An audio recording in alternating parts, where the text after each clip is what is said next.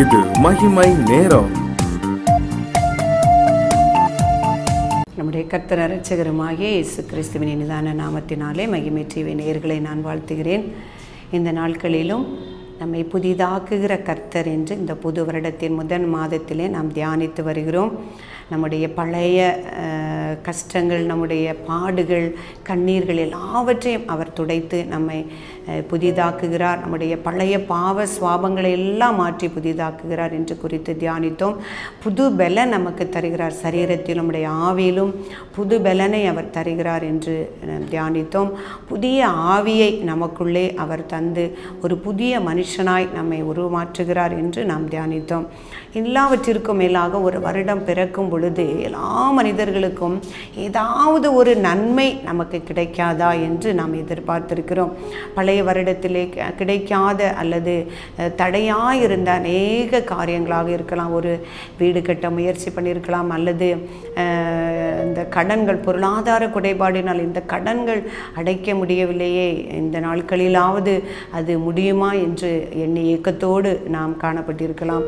அல்லது பிள்ளைகளுக்கு ஒரு வேலை வாய்ப்பு நிமித்தம் நாம் ஒரு நன்மை இந்த நாட்களிலாவது நடக்காதா, அல்லது திருமணம் நடக்காதா, அல்லது ஒரு பிள்ளை பேரு நம்முடைய பிள்ளைக்கு உண்டாகாதா என்று ஏதோ ஒரு எதிர்பார்ப்போடு நாம் காத்திருக்கிறோம். வருடம் பிறந்தது என்றால் அது ஏதாவது ஒரு நன்மை, எதிர்பார்த்த நன்மைகள் நமக்கு உண்டாகாதா என்று நாம் காத்து கொண்டிருக்கிறோம். ஆம், கர்த்தர் நமக்கு நன்மை செய்கிறவராகவே அவர் காணப்படுகிறார். சங்கீதம் 85 அதிகாரம் 12 வசனம், கர்த்தர் நன்மையானதை தருவார், நம்முடைய தேசமும் தன் பலனை கொடுக்கும். கர்த்தர் நமக்கு நன்மை செய்யவே அவர் விரும்புகிறார். அவர் அவர் நல்லவரும் நன்மை செய்கிறவருமாய் இருக்கிறார். அவர் இயேசு கிறிஸ்து உலகத்திலே வந்த நாட்களிலும் அவர் நன்மை செய்கிறவராகவே சுற்றி திரிந்தார், பிசாசுகளை துரத்துகிறவராகவே இருந்தார் என்று வாசிக்கிறோம்.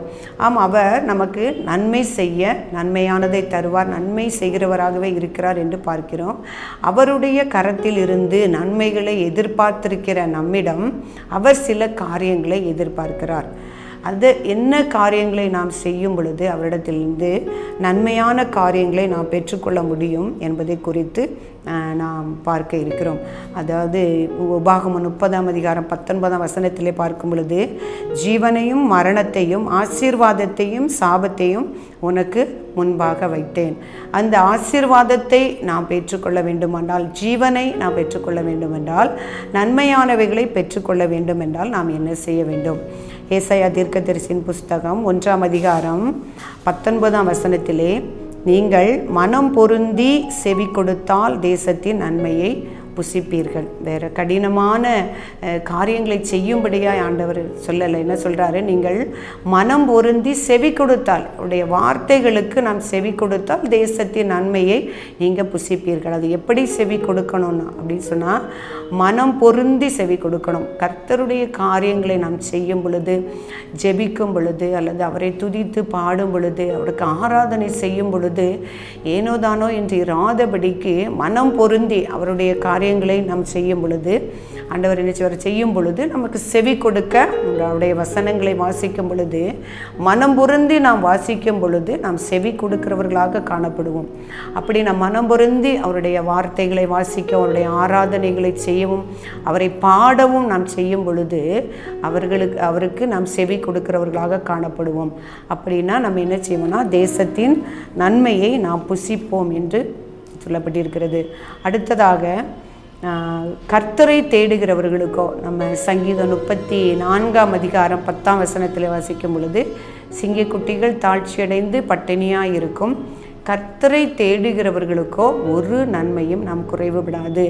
நாம் என்ன செய்கிறோம்? சோதனைகள் வரும் பொழுது யாரையோ தேடுகிறோம், எதையோ நாம் தேடுகிறோம், நன்மையை பெற முடியாதபடிக்கு நாம் தவிக்கிறோம். ஆனால் ஆண்டவர் சொல்லுகிறாரு, கர்த்தரை தேடுகிறவர்களுக்கோ ஒரு நன்மையும் குறைவுபடாது. அவரை வசனத்தின் மூலமாக, வேதம் வாசிப்பதின் மூலமாக, அல்லது ஜெபிப்பதின் மூலமாக, அல்லது ஆராதனை நேரங்களில் நாம் அவரை தேடும் பொழுது, அல்லது சோதனை நேரத்திலும் ஆபத்து நேரத்தில் நாம் அவரை தேடும் பொழுது கர்த்தர் நமக்கு நன்மையானதை தருவார். சிங்கக்குட்டிகள் தாழ்ச்சியடைந்து பட்டினியாக இருக்கும், கர்த்தரை தேடுகிறவர்களுக்கோ ஒரு நன்மையும் குறைவுபடாது. பிரியமானவர்களே, கர்த்தரை நாம் மனம் பொருந்தி அவருக்கு செவி கொடுத்தால் நாம் தேசத்தின் நன்மையை புசிக்கலாம். கர்த்தரை தேடுகிறவர்களுக்கு ஒரு நன்மையும் குறைவுபடாது.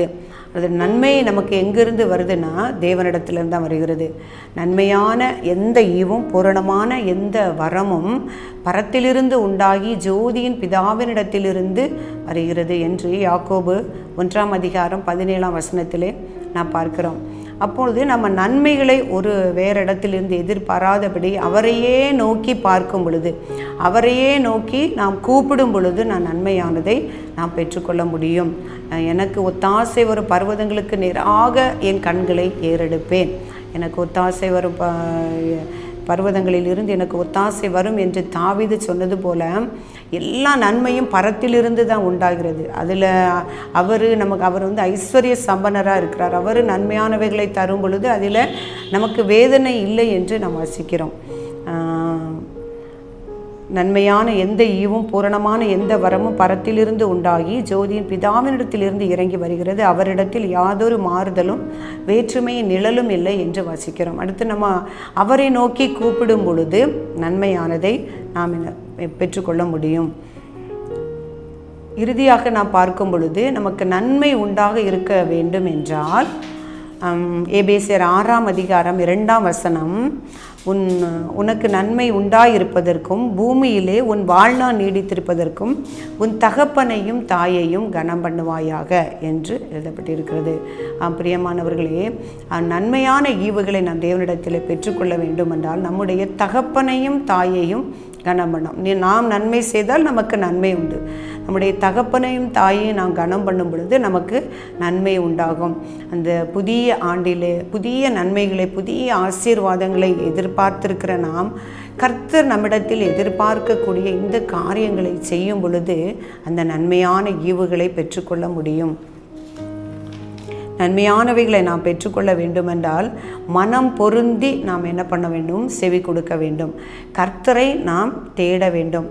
எல்லா வேளைகளிலும் அவரை நோக்கி நாம் பார்க்க வேண்டும். எனக்கு நன்மையானவைகளை தருகிறவர் அவர், எனக்கு ஒத்தாசை தருகிறவர் அவர், எனக்கு உதவி செய்கிற கர்த்தர் அவர், எனக்கு எல்லா நன்மையும் பரத்திலிருந்து உண்டாகும் என்று அவரை நோக்கி பார்க்கும் பொழுது கர்த்தர் நன்மையானதை தருவார். எல்லாவற்றிற்கு மேலாக நம்முடைய தகப்பனையும் தாயையும் கனம் பண்ணும் பொழுது நன்மை உனக்கு உண்டாயிருக்கும் என்று கர்த்தர் சொல்கிறார். பிரியமானவர்களே, இப்படிப்பட்ட நாம் கர்த்தர் விரும்புகிற எதிர்பார்க்கிற காரியங்களை நாம் செய்யும் பொழுது கர்த்தர் நம்மை நன்மையால் நிரப்புகிறார், ஆசீர்வாதங்களினால் நிரப்புகிறார். அப்படிப்பட்ட கிருபையை இந்த கேட்டுக்கொண்டிருக்கிற ஒவ்வொருவருக்கும் தேவன் தரும்படியாய் நாம் ஜெபிக்கிறோம். நேசிக்கிற நல்ல தகப்பனே, உம்மை துதிக்கிறோம் அப்பா, உம்மை ஸ்தோத்திரிக்கிறோம் அப்பா. நல்லவரும் நன்மை செய்கிறவருமா இருக்கிறவரே உமக்கு ஸ்தோத்திரம் அப்பா. நன்மையான ஈவுகளை எங்களுக்கு தருகிறவரே உமக்கு ஸ்தோத்திரம் அப்பா. எங்களுக்கு ஒத்தாசை வரும் பர்வதங்களுக்கு நேராக எங்கள் கண்களையே நாங்கள் ஏறெடுத்து பார்க்கிறோம் சுவாமி. உம்மையே நாங்கள் தேடுகிறோம் அப்பா. எங்கள் இக்கட்டிலும் ஆபத்திலும் உம்மையே நாங்கள் நோக்கி பார்க்கிறோம் ஆண்டவரே. நாங்கள் நிர்விசாரமாயிராதபடி மனம் பொருந்தி உடைய வார்த்தைகளுக்கு செவி கொடுத்து நன்மையானவைகள் எங்கள் தேசத்திலே இந்த நாட்களிலே காண எங்கள் ஒவ்வொருவருக்கும் கிருபை செய்யும்படியாய் ஜெபிக்கிறோம். தடைப்பட்ட காரியங்கள், தடைப்பட்ட நன்மைகள் எல்லாம் ஆண்டவரே எதிர்பார்த்திருக்கிற உடைய பிள்ளைகளுக்கு கிடைக்க கர்த்தர் நீர் அனுக்கிரகம் செய்யும்படியாய் நாங்கள் ஜெபிக்கிறோம். உடைய வார்த்தைகளினால் ஒவ்வொருவரையும் தேற்றி நீ வழி நடத்தும்படியாய் ஜெபிக்கிறோம். எங்களை தாழ்த்தி அர்ப்பணிக்கிறோம். மீட்பர் பாதம் ஜெபிக்கிறோம் நல்ல பிதாவே, ஆமென்.